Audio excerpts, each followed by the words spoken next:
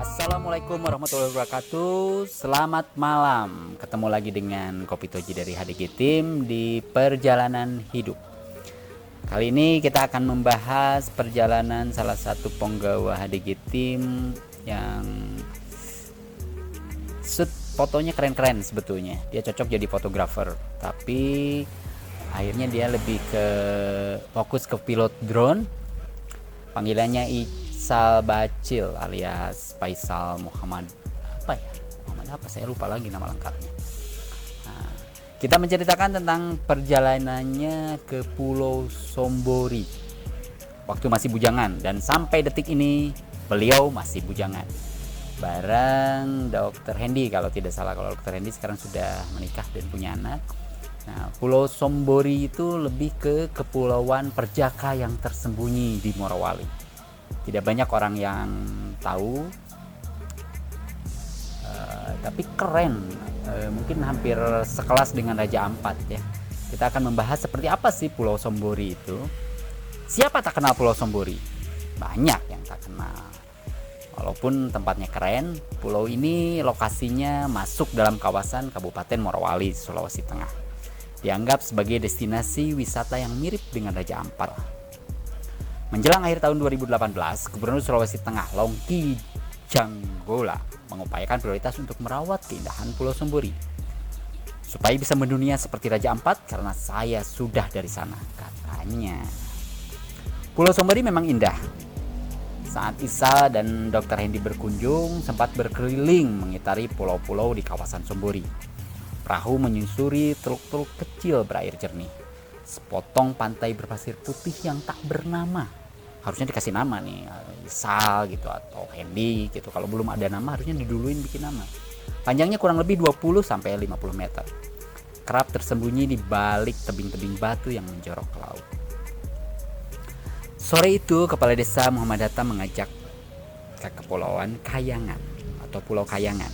Dinamai begitu karena seperti kayangan. Keren banget. Pemandangannya gagah. Jadi kenapa saya bilang tadi perjaka yang tersembunyi di Morowali, karena pemandangannya gagah, tidak cantik. Jadi orang di Kepulauan Sombori lebih suka menyebut gagah ketimbang cantik untuk menggambarkan panorama yang indah. Di antara puluhan pulau di kawasan Sombori, pantai di Kayangan terbilang panjang. Pasirnya seperti tepung gandum putih, semu-semu coklat begitu ya, coklat-coklat ya. Ada semu-semu coklatnya lah. Jarak Kayangan dengan pulau-pulau kecil di sekitarnya cukup rapat, lautnya pun dangkal. Di sebelah barat, lamat-lamat membentang daratan Sulawesi. Orang Bajo di kepulauan sering menyebutnya daratan besar. Tentu pulau-pulau lain tak kalah indah dengan Pulau Kayangan. Tak heran, waktu Pak Gubernur ke sana berpesan kepada warga-warganya untuk menjaga harta tak ternilai ini. Meminta masyarakat setempat untuk menjaga kebersihan dan kelestarian lingkungan di Pulau Sombori. Jadi kalau surga yang tersembunyi biasanya masih keren, surga yang tersembunyi. Tapi akhirnya orang banyak yang tertarik datang, jadi surga tidak tersembunyi lagi. Gitu. Itu yang menjadi masalah biasanya, kebersihan dan lain-lain jadi masalah terbesar untuk warga negara Indonesia. Pulau Sombori ditempuh menumpang pesawat terbang selama 1 jam dari Bandar Udara Mutiara Palu ke Bandar Udara Maleo Morowali. Kemudian menumpang mobil ke Bungku, Kabupaten Morowali selama 30 menit untuk menumpang kapal cepat. Durasi perjalanannya kurang lebih 2 jam ke Pulau Sombori. Sebetulnya belum banyak wisatawan yang mengeksplor keindahan Kepulauan Sombori di Sulawesi Tengah. Kepulauan ini begitu keren pangkeren-kerennya dan disebut sebagai kembaran Raja Ampat. Sudah dibahas tadi di awal ya, Raja Ampat. Sebenarnya Kepulauan Sombori ini sudah lama eksis bagi warga di sekitar pulau tersebut. Hal ini terbukti dengan adanya masyarakat yang bermukim di daerah tersebut. Nanti di video selanjutnya kita akan shoot pemukiman masyarakat di Kepulauan Sombori, hasil shoot bisa drone pastinya.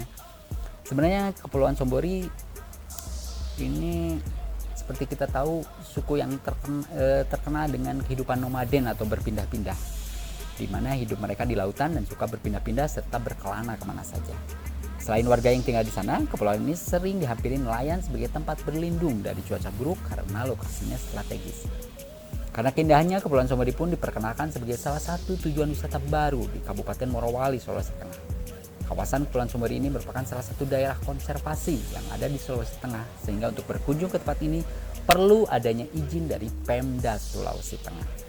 Jadi buat snorkeling dan lain-lain, pokoknya keren lah. Ada di video-video yang lain yang membahas lebih serius mungkin apa saja yang bisa Anda lakukan di Kepulauan Sombori. Anda bisa cek atau nanti saya akan bahas di video selanjutnya. Namun jangan khawatir, selama tujuan kita menikmati keindahan surga tersembunyi ini, pasti izin akan mudah untuk diperoleh. Walaupun kepulauan ini dekat dengan Kendari, namun kita tetap perlu mengurus izin masuk melalui Pemda Sulawesi Tengah.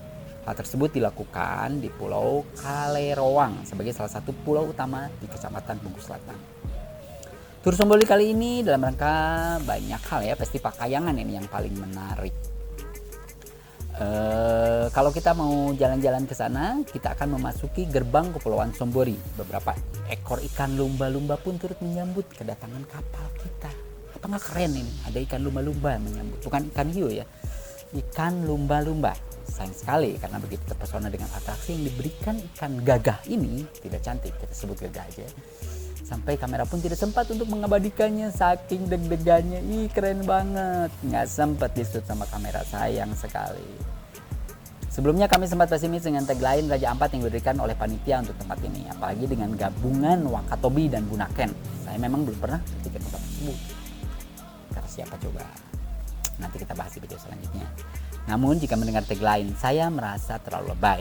Tapi begitu memasuki gerbang Kepulauan Sombori, tagline ini nyata terpampang di hadapan kita. Gugusan tebing-tebing layaknya pemandangan Raja Ampat seperti yang terlihat di televisi, dengan air laut yang berwarna biru serta kehijauan tampak gagah dan ganteng. Bukan cantik dan indah. Pastinya tidak perlu diragukan lagi kekayaan bawah air layaknya Bunaken atau Wakatobi. Salah satu desa utama di kepulauan ini adalah desa Mbokita. Mbokita kalau di Jawa, Mbokita, ibu kita ya, Mbokita. Di pulau tempat desa ini berada saja kita sudah melihat betapa beningnya air laut yang berada di tepi pulau ini. Sebenarnya ada beberapa tempat yang sudah disurvei oleh tim sebelumnya, seperti Gua Berlian dan Pulau Kayangan. Namun karena waktu yang sangat terbatas, setelah dari desa Mbokita, mereka langsung ke Pulau Koko, jadi hanya bisa singgah sebentar, mendengar cerita indahnya, dan langsung ke Pulau Koko.